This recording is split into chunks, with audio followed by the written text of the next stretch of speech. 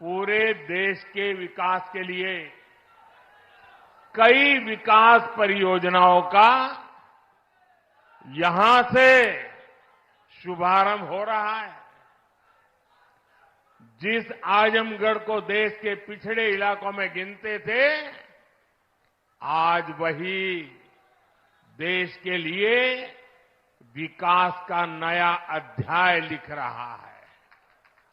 आज आजमगढ़ से कई राज्यों में करीब 34,000 करोड़ रुपए के प्रोजेक्ट, उसका लोकार्पण और शिलान्यास हुआ है। आजमगढ़ के साथ साथ श्रावस्ती, मुरादाबाद, चित्रकूट, अलीगढ़, जबलपुर, ग्वालियर, लखनऊ, पुणे, कोल्हापुर, दिल्ली और आदमपुर, इतने सारे एयरपोर्ट्स पर नए टर्मिनल भवन का उद्घाटन हुआ है।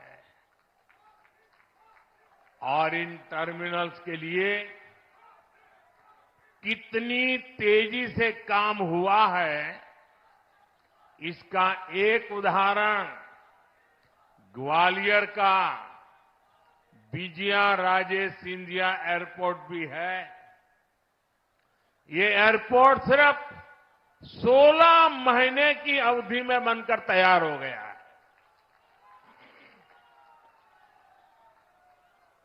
आज कडप्पा, बेलगावी और हुबली, ये 3 हवाई अड्डों पर नए टर्मिनल भवनों का शिलान्यास भी किया गया है।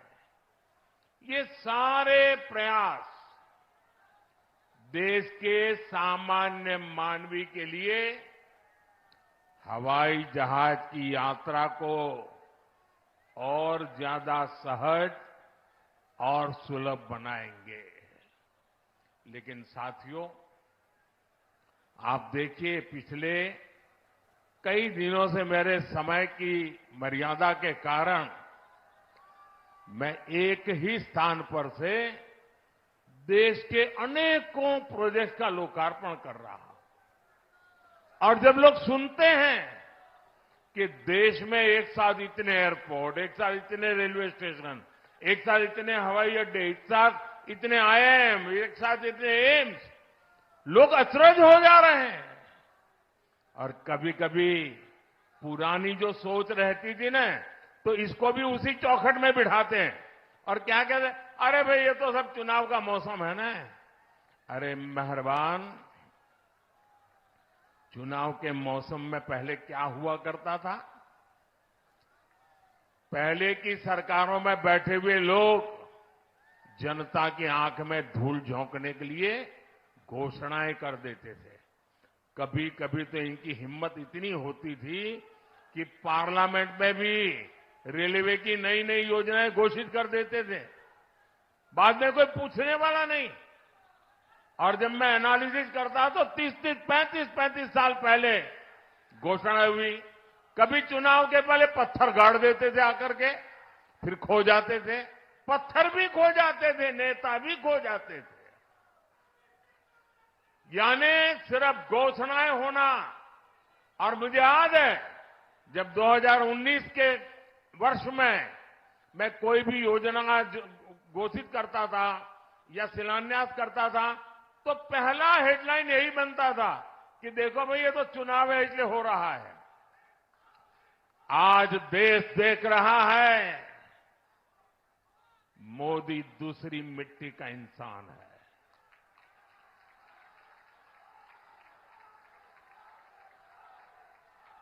उन्नीस में भी जो हमने शिलान्यास किए, वो चुनाव के लिए नहीं किए थे। आज उसको धरातल पर उतरते हुए देख सकते हैं, उद्घाटन कर चुके हैं। और आज 24 में भी कोई मेहरबानी करके इसको चुनाव के चश्मे से न देखें। ये विकास की मेरी अनंत यात्रा का अभियान है और मैं 2047 तक देश को विकसित भारत बनाने के संकल्प के लिए तेज गति से दौड़ रहा हूं, तेज गति से देश को दौड़ा रहा हूं। दोस्तों,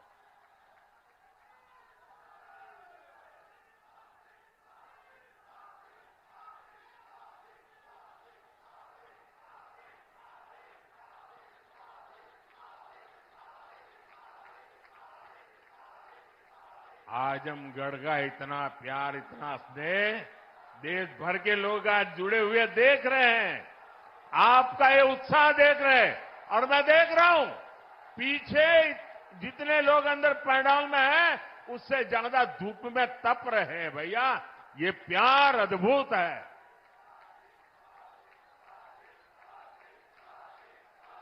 साथियों, एयरपोर्ट, हाईवे और रेलवे से जुड़े इंफ्रास्ट्रक्चर के साथ साथ पढ़ाई, पानी और पर्यावरण से जुड़े विकास कार्यों को भी यहां नई गति मिली है।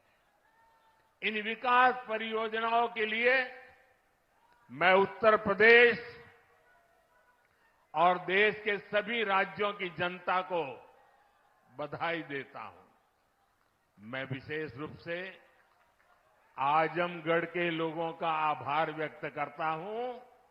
वो इतनी बड़ी संख्या में हमें आशीर्वाद देने आए हैं। और आजमगढ़ के मेरे भाई बहन, मोदी की एक और गारंटी सुन लीजिए। बताऊं? आजमगढ़ के मेरे प्यारे भाई बहन, मैं आपको एक और गारंटी देता हूं। सुनाऊं? आप बताएं तो बताऊं? देखिए, ये कल का आजमगढ़ अब वो गढ़ है, ये आजन्मगढ़ है। ये आजन्मगढ़ विकास का गढ़ रहेगा, आजन्म रहेगा। अनंत काल तक ये विकास का गढ़ बना रहेगा। ये मोदी की गारंटी है। दोस्तों, साथियों, आज आजमगढ़ में एक नया इतिहास लिखा जा रहा है। यहां से लेकर विदेश तक जे भी आजमगढ़ का रहने वाला हो, सबके आज बहुत खुशी मिलत हुई। ये पहली बार नहीं हो। एकरे पहले जब हम पूर्वांचल एक्सप्रेसवे का उद्घाटन कईनी तो आजमगढ़ के सब आदमी कहत रहे कि अब लखनऊ में जहाज से उतर के हमन यहां 2.5 घंटा में आ जाब।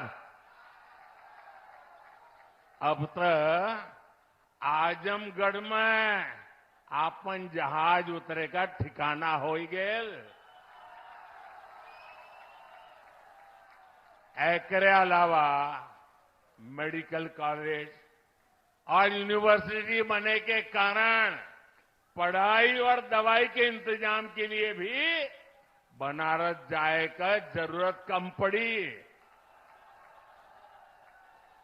साथियों, आपका ये प्यार और आजमगढ़ का ये विकास जातिवाद, परिवारवाद और वोट बैंक के भरोसे बैठे इंडी गठबंधन की नींद उड़ा रहा है।